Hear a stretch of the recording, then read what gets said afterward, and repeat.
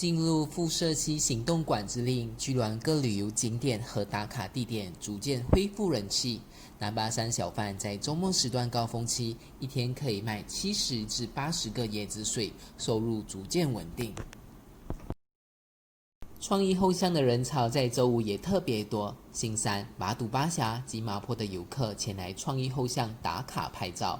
随着新冠肺炎疫情受控，一些民众也放下警惕心，不戴口罩出门。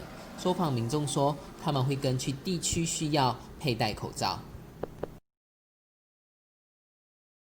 历史悠久的居銮火车站咖啡店，周五上午也同样出现人龙队伍，有些民众为吃传统面包和咖啡，不惜排队等候半小时。